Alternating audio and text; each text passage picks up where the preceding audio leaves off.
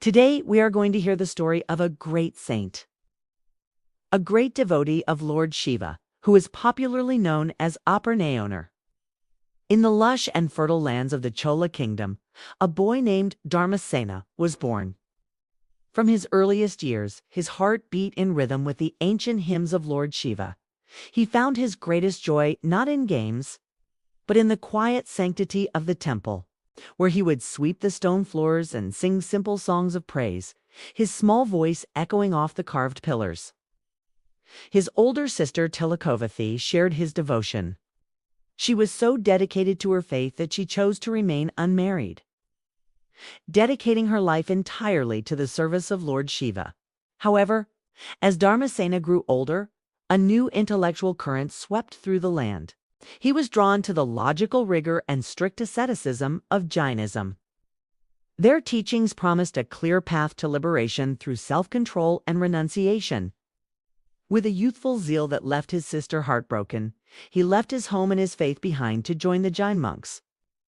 His sharp mind and eloquent debates quickly made him a rising star. His superiors honored him with the name Dharmasena, and he rose to become a revered head of a Jain monastery, a position of great power and influence. But the life of intellectual pride could not protect him from fate. One day, a terrible and incurable illness took hold of him, racking his body with excruciating pain. The more he suffered, the more his mind turned to his past. No Jain medicine or austerity could cure him. In his darkest hour, weakened and humbled, he remembered his sister's unwavering love and devotion to Lord Shiva, broken in body and spirit. He made the painful journey back to his childhood home. Tilakovathi, seeing her once proud brother now frail and suffering, greeted him not with anger, but with tears of profound compassion. "My dear brother," she said gently, "the Lord you once loved is waiting for you still. Surrender to him, and he will heal what no man can." With a heart that had exhausted all other options, Dharmasena agreed. She led him to the ancient Shiva temple. As they entered the sanctum, the scent of fresh flowers and burning camphor filled the air. She gently laid her brother before the sacred lingam, the symbol of the formless Lord. With a trembling voice, he began to chant the sacred mantra of his childhood, Namah Shivaya. As the syllables left his lips, a miracle unfolded. A wave of divine energy flowed through him. The pain that had consumed him for so long dissolved completely. His fever vanished and his skin was restored. A profound sense of peace and bliss washed over his heart, which now overflowed with love for the Lord he had abandoned. From that day on, Dharmasena was a changed man. He was no longer the proud intellectual. He was simply a servant. He adopted the name Appar, a term of deep affection meaning father, which was later lovingly given to him by the young Saint Sambandor. His life's work was no longer about debate, but about service. He would carry water for the temple, sweep the floors, pull weeds from the temple gardens, and even remove thorns from the path of devotees.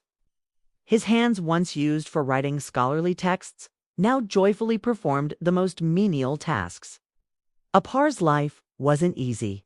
Once he was falsely accused of stealing temple funds and was nearly put to death.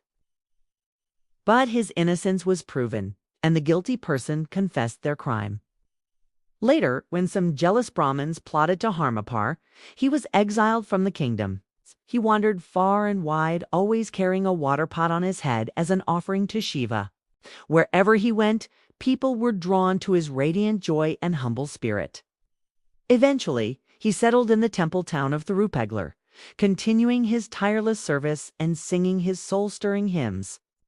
When his time on earth was complete, he entered the sanctum of the temple, bowed before the lingam, and with his last breath, chanted Namah Shivaya.